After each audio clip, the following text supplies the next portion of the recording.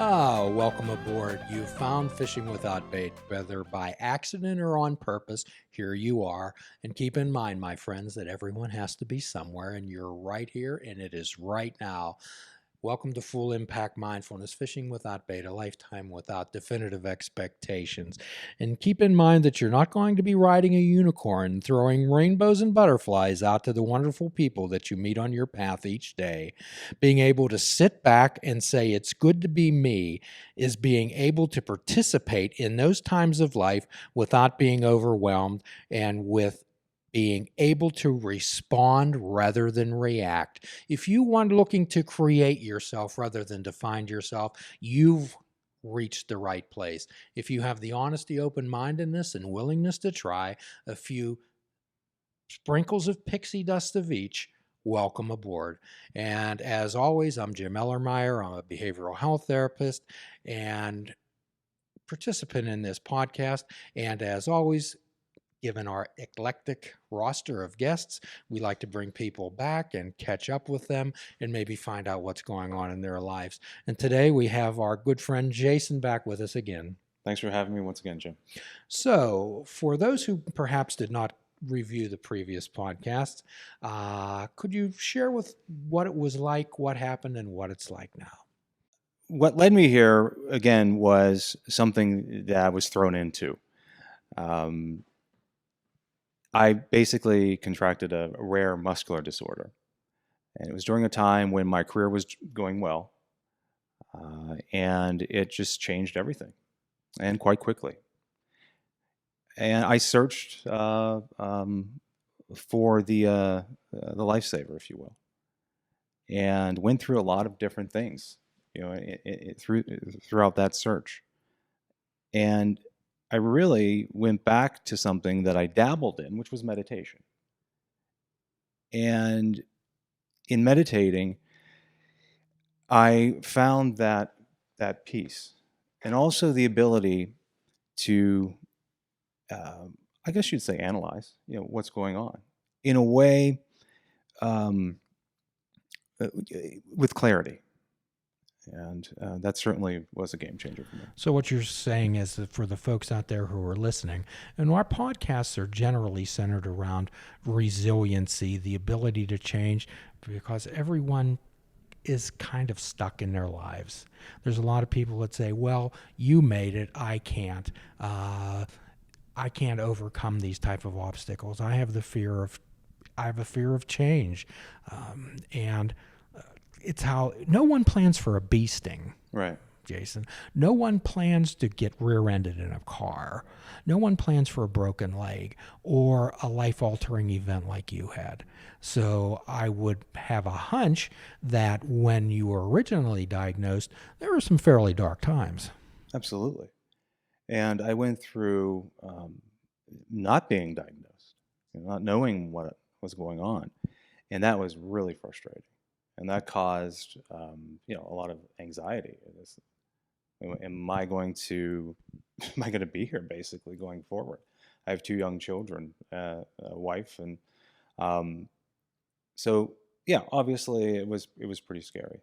So then once I was diagnosed, that obviously helped with managing the disorder. There's many people out there who have minds of uncertainty. Mm-hmm. And my guess is that's what you had, a mind of uncertainty. Absolutely. Minds of uncertainty leads to minds of anxiety, worry, and fear. And that can become debilitating. So what we challenge people to do, Jason, is to get a mind of awareness and knowledge. So if my brakes are grinding on my car, I'm not going to stop at the florist's to ask how to fix that. Right. So tell us how you searched that out. I, again, went back to something that I was already familiar with, which was meditation, or meditating. However, I didn't have a steady practice at the time. And I looked it up a little bit here and there and learned that it helped with anxiety. It helped with, these times in your life when it seems like everything's upside down, call it what you will. So I started dabbling in different meditation practices. And I mean, every single practice out there, religious, non-religious, some of them arcane. Some, I went to different places for retreat and experienced, I guess, spiritual leaders, gurus, whatever, call them what you will. And out of that, I developed my own practice that really was a game changer. So you found something that worked for you. Absolutely. So quite often people out there, Jason, will say, I don't know what to do. I don't know what to do. However, we often challenge them by saying, well, if you don't know what to do, you certainly know what not to do. Right. So did you figure that out? Yes. And that was, looking back at myself through more clarity, removing some of those layers that were holding me back. So when you're talking about clarity, perhaps you could explain what that means to you, to the folks listening. I mean, our daily lives are pretty much full of chaos. And it's hard to take a moment to just, turn everything off, go within, or not even go within, just turn everything off and be present. Turn everything off and be present. Just for a short moment of time. And it's difficult. And I'm not blaming anyone for not doing it. I mean, I know how busy life can get. And we don't have the luxury of going on top of a mountain somewhere in a loincloth and, searching for the answers on a daily basis. We have responsibilities and also a heartache and anxiety, fear, and unknowns that this life throws at us on a daily basis. However, we really need to try. And it's all about that action, taking that first step. There you go. Action and effort in that first step. When you were diagnosed, the mortgage still needed paid. Absolutely. Your children still needed clothes. Correct. Yeah. The world didn't stop. It kept on going. And you're talking about action and effort. Now, naturally, what we talk about is people, they can sink down into depression and despair, and they're allowed to have that. Absolutely.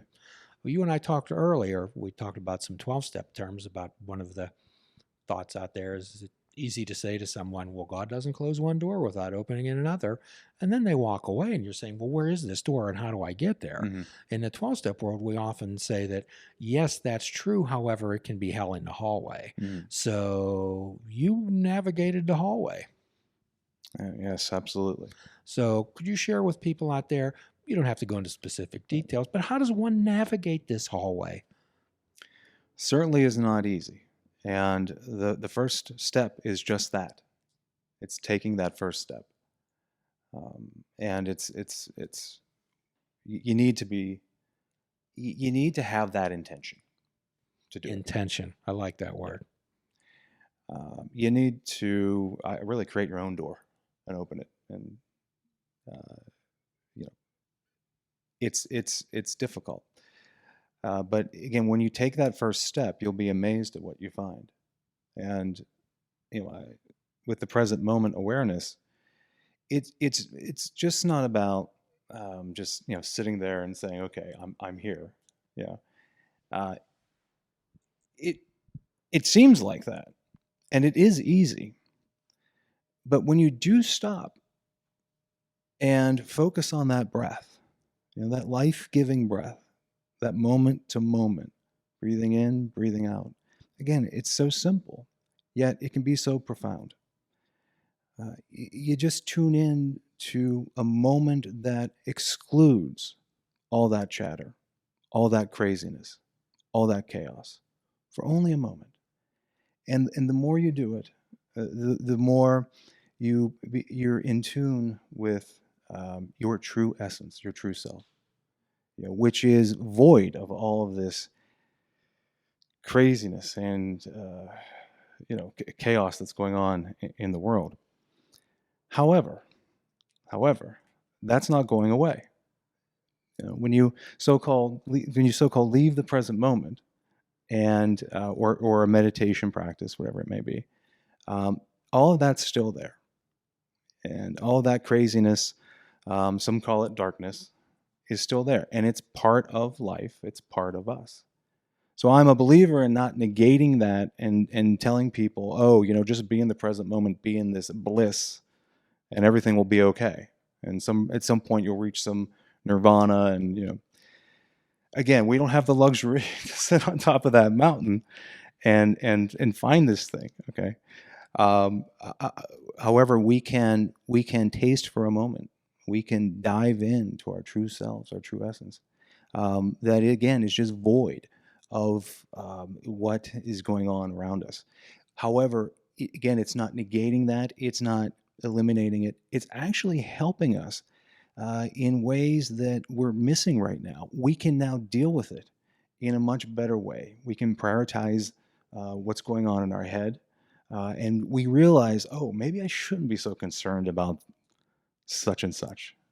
It's been hanging over my head, and actually we'll start focusing on what we should when we, again, just for a moment, remove all of that chatter, all of that craziness.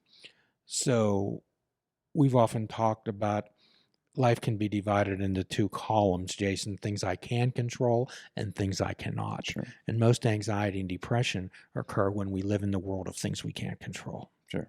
Just like the diagnosis that you've had. Right. You couldn't control that. No. And quite often with the meditation practices, we often talk about introducing the concept of acceptance. And acceptance doesn't mean approval. Right.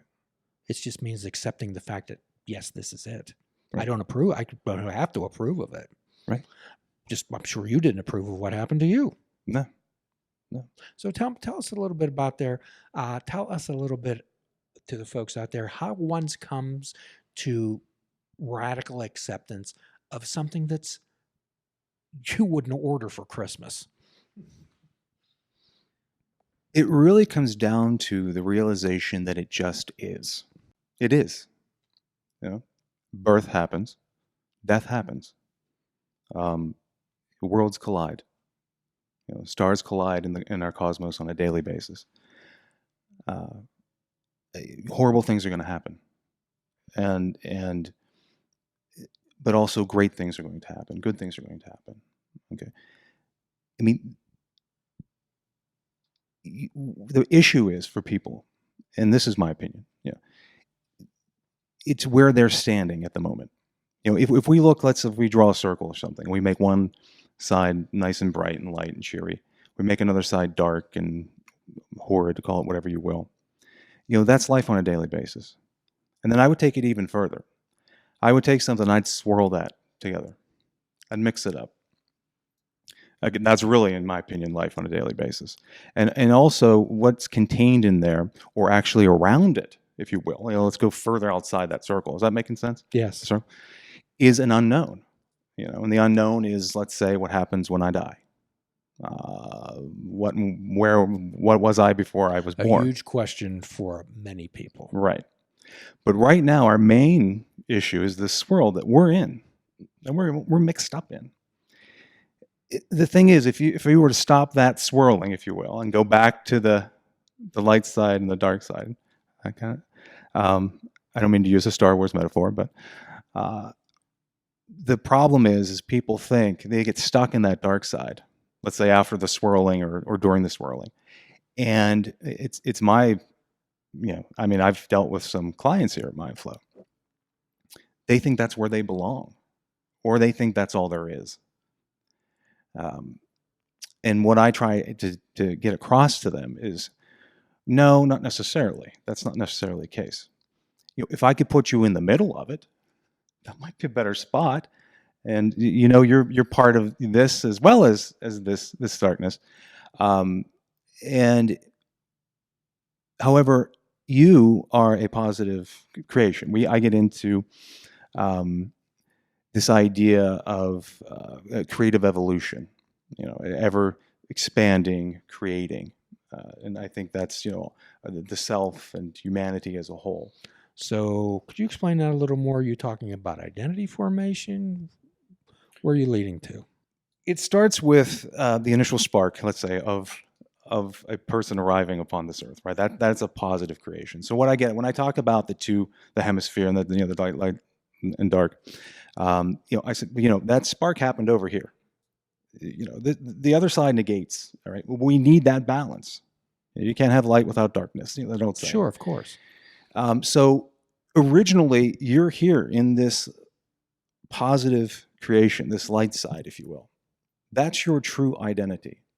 Now, while you're here, you're swirled up in this darkness, and it's here. It's not going anywhere. So that's where the acceptance comes in. But what I want them to understand is where you stand in this model, in this scheme of things.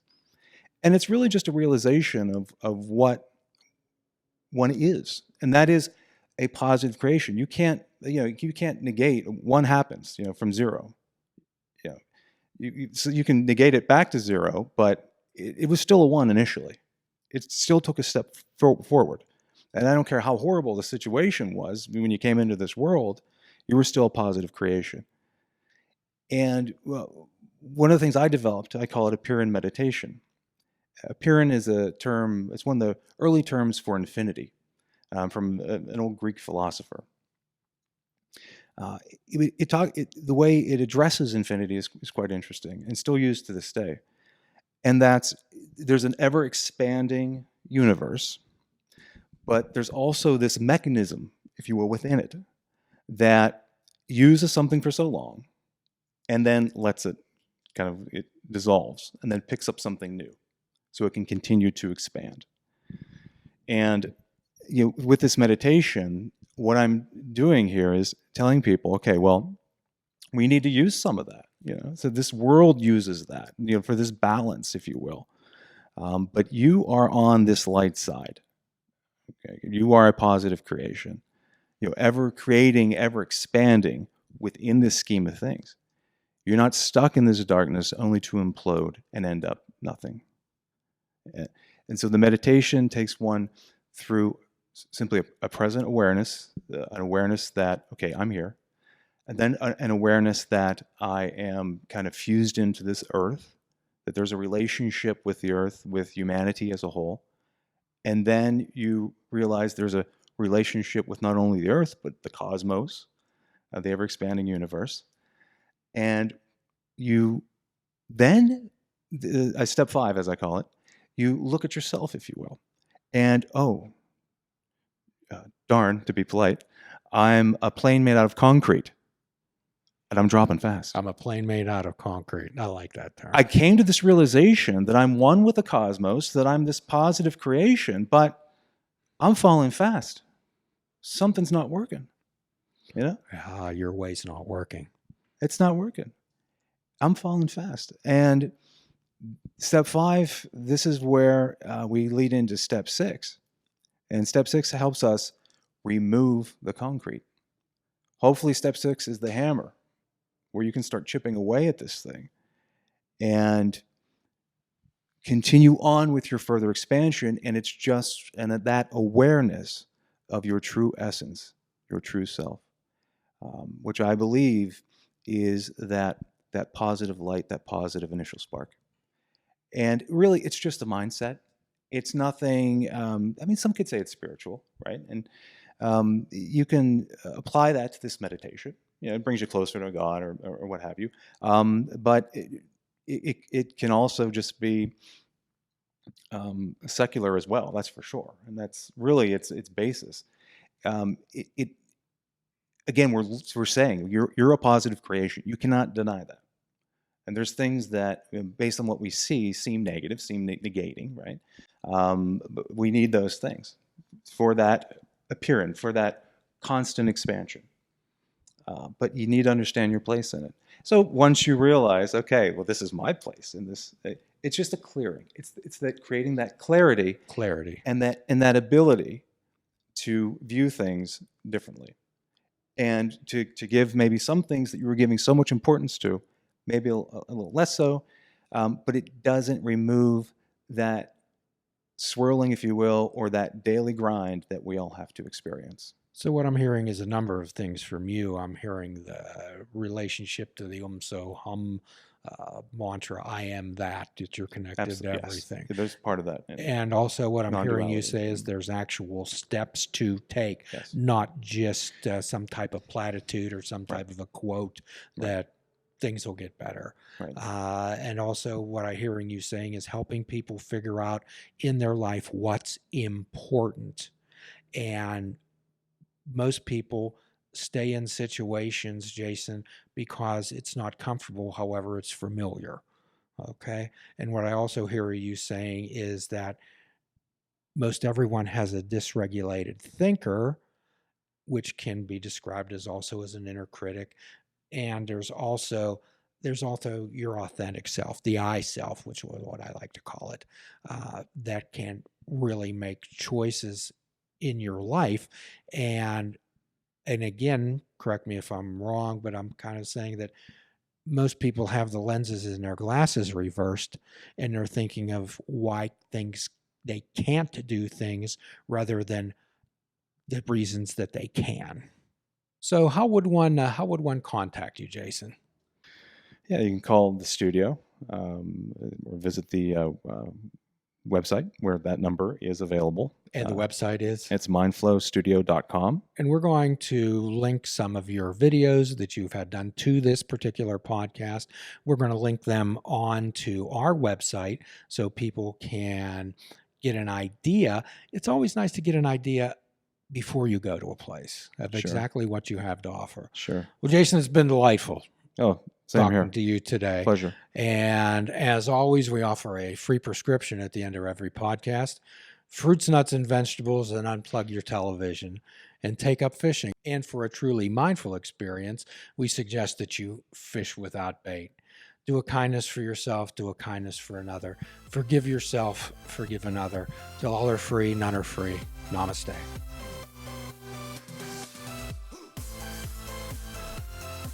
Please check out our website at fishingwithoutbait.com, where you can listen to the show, comment on our discussions, and find out where you can subscribe to our podcast.